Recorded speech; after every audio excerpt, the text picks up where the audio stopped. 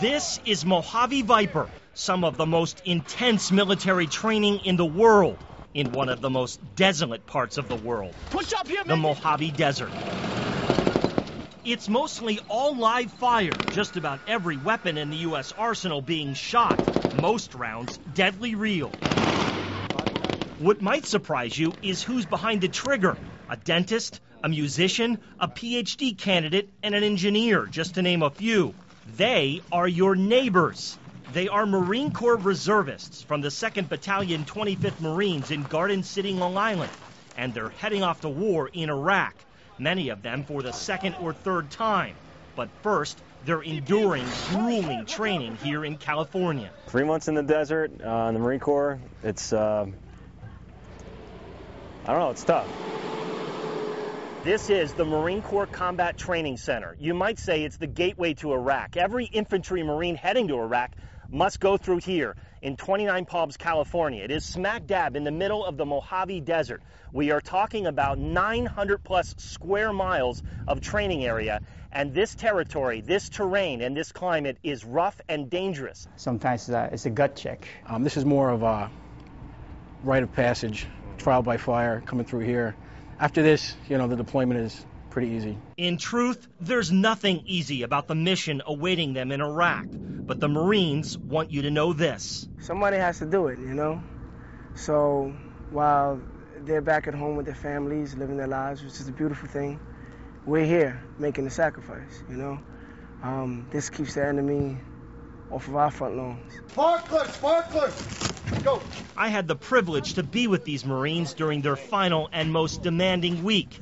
It begins in the pre-dawn hours, the sun yet to rise over the desert. Stop it! On the rock! When the Marines rise, they're off and running, loading their weapons and checking their gear. M16s.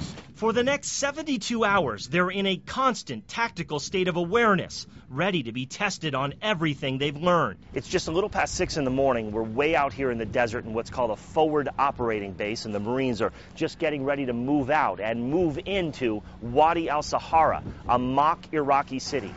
Are we up? Are we coming? Yes, thanks for up, son. I'm with a team of Marines right now called a Quick Reactionary Force. We're making our way into the mock Iraqi city. The Marines expect they may encounter IEDs along the way and insurgents once we get into the city. The Iraqi flag flies high. It looks like Baghdad. Burned out cars, mosques, homes, cafes, an Iraqi police station, even street signs in Arabic, and 800 role players, most actual Iraqis. We're stepping.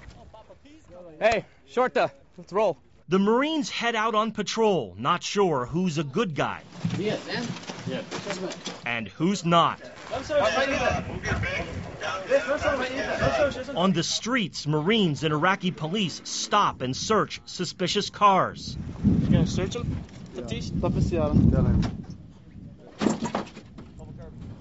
Never sure where danger lurks. Red, black wires, black device inside the bag. Spotting and destroying IEDs among the most dangerous tasks Marines face in Iraq, and the training here as close to being real as it gets.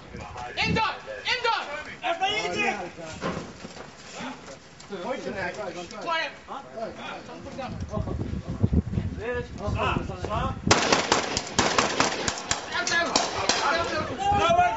Marines kill an insurgent armed with an AK-47. Blocks away, Hey, Marines go in. Marines go in. a building searched. It's an abandoned bank. Okay, we got blood on the walls. We got a false wall here. False wall. The Marines discover a sniper and bomber's hiding spot. That night, the shooting in celebration. Marines and Iraqi police providing security at a wedding. It's a lesson in diplomacy, patience, and part of the complexity of this new kind of war. These young Marines, not only warriors, but ambassadors of goodwill. The wedding ends without incident, but as the desert goes dark, the work for the Marines is not done. It never is.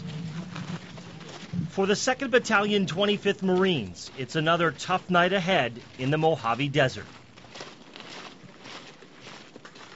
I'm so honored to have been with those guys in the desert. These local Marines really are extraordinary people making huge sacrifices, as are their families at home.